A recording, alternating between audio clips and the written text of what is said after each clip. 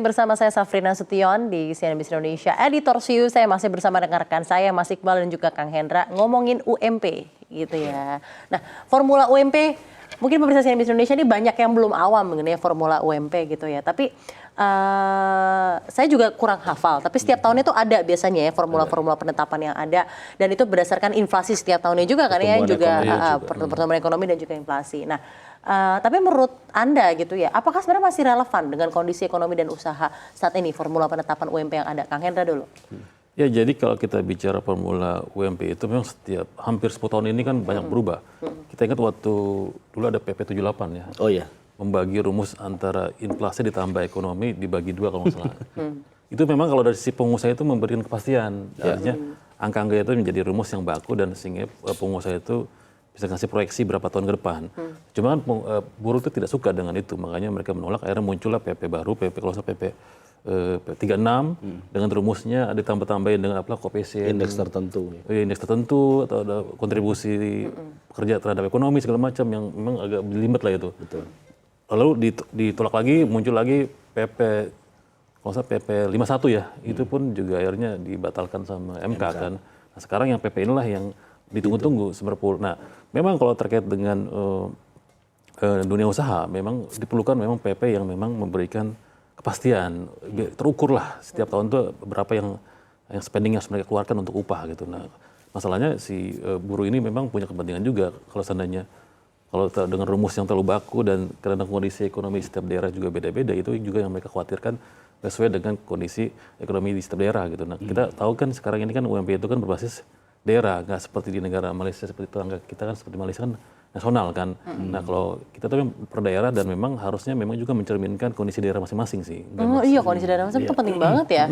Karena sama harga aja even per daerah beda-beda. Betul, nah, makanya peran pemerintah itu bagaimana bisa mengendalikan harga, stabilisasi harga pangan supaya tidak hanya berkutat soal upah, tapi bagaimana supaya spending buruh itu bisa dijaga dengan adanya kebijakan yang bisa menjaga upah gitu, menjaga harga barang-barang gitu. Kalau dari Mas Iqbal gimana Mas? Nyambung ya, kalau dari sisi, tadi kan dari sisi pengusaha ya concernnya, tapi dari sisi pekerja, saya sepakat ya bahwa yang paling krusial kan sebenarnya adalah transportasi. Yang pertama, yang kedua itu tempat tinggal, udah pasti. Jadi, dan yang ketiga jaminan sosial. Itu memang banyak ya sebenarnya komponen-komponen yang pemerintah sebenarnya bisa membantu ya, misalkan contoh dari sisi transportasi mungkin bisa ditekan dengan mereka tinggal di rumah susun atau semacam apartemen atau semacam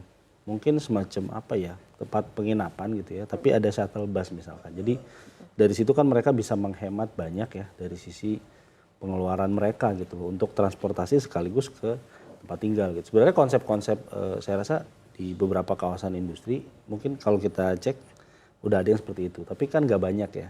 Akhirnya gaji yang tidak seberapa itu tertekan untuk pengeluarannya tadi, transportasi dan juga tempat tinggal gitu. Misalkan kalau dia gaji Jakarta misalkan 5,3, kalau misalkan dia udah habis entah berapa ya untuk bensin, belum nyicil motornya, belum juga kos-kosannya, saya rasa 500.000 udah nggak dapet yang layak gitu ya. Iya.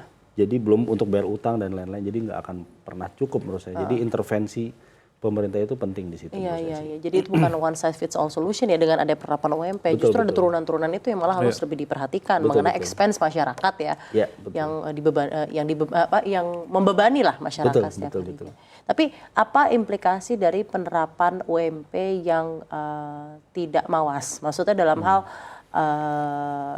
downside-nya ke keberlangsungan daya saing usaha, gitu. Jadi kan misalnya ini titik tengah ya, yang mau membahagiakan pekerja, tapi juga ingin menyehatkan usaha gitu ya.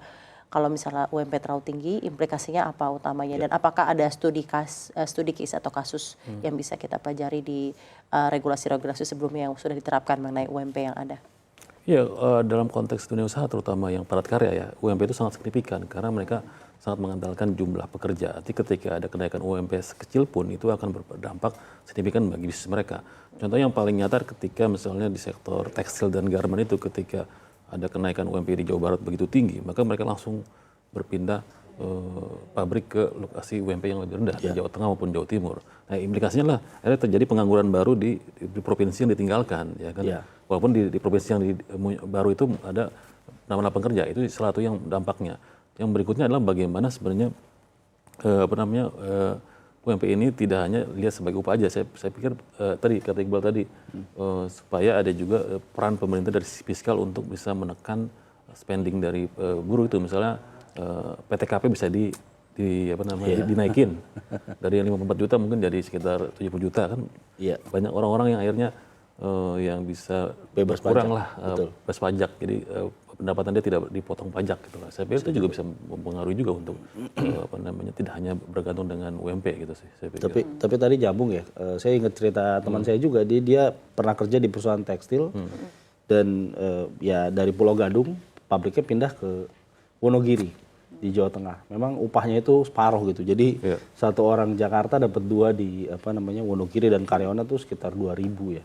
Tapi memang salah satu efek yang paling terasa langsung itu adalah efek ekonominya memang. Jadi jualan es teh manis aja tuh warteg dan lain-lain tuh laku banget tuh di sekitar mana tadi di Wonogiri. Di tempat yang baru kan? Di tempat yang baru. Tapi di tempat yang lama memang sebaliknya. ada efek itunya gitu. Kos-kosan sepi, kontrakan Betul. kosong, Jadi gitu. ini memang cari jalan tengahnya memang sulit ya. Karena pengusaha kan kos paling gampang itu kan dilihat dari upah ya. Upah pekerjaannya itu paling gampang. Jadi kalau dia menghitung, oh ternyata di Wonogiri dapat 2 nih.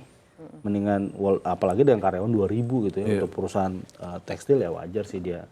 Nah, tapi itu juga titik tengah yang keseimbangan yang menurut saya perlu dicari pemerintah juga. Karena bagi Jawa Tengah itu bisa dijualan juga karena bahwa oh dia sukses nih menarik ke investasi gitu. Tapi bagi Jakarta mungkin wah ini kita kehilangan investasi dan ini perusahaan multinasional ya. Oke, menarik ini tadi case-nya.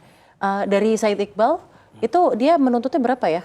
Ada yang tahu mungkin di kisaran? Kalau dari butuh sekitar 7%-an. 7%-an gitu ya. Nah mungkin sekarang adalah saran bentuk komunikasi yang terjalin antara buruh dan juga pemerintah. Apa yang sebenarnya mesti dilakukan? Karena sebenarnya kan ya polemik-polemik ini bisa terselesaikan jika musyawarah antara regulator dalam hal ini bersama dengan konferensi buruh, komite dari buruh dan serikat dan bekerja ini bisa berjalan dengan baik ya. Karena tentunya kalau misalnya upah ketinggian, daya saing usahanya melemah, itu juga berakibat kepada PHK dan lain-lain. Tapi satu sisi kalau misalnya upahnya tetap rendah, itu tidak akan menimbulkan kesejahteraan tersendiri gitu ya kepada umumnya. Apa yang bisa Anda sampaikan gitu ya dari segi redaksi CNBC Indonesia, upaya-upaya yang bisa dilakukan, mediasi yang baik, mediasi yang ideal, komunikasi yang ideal yang terjadi antara regulator dan juga serikat pekerja atau buruh. Ya memang kepentingan antara menjaga daya saing industri dan daya beli pekerja itu memang suatu hal yang penting ya.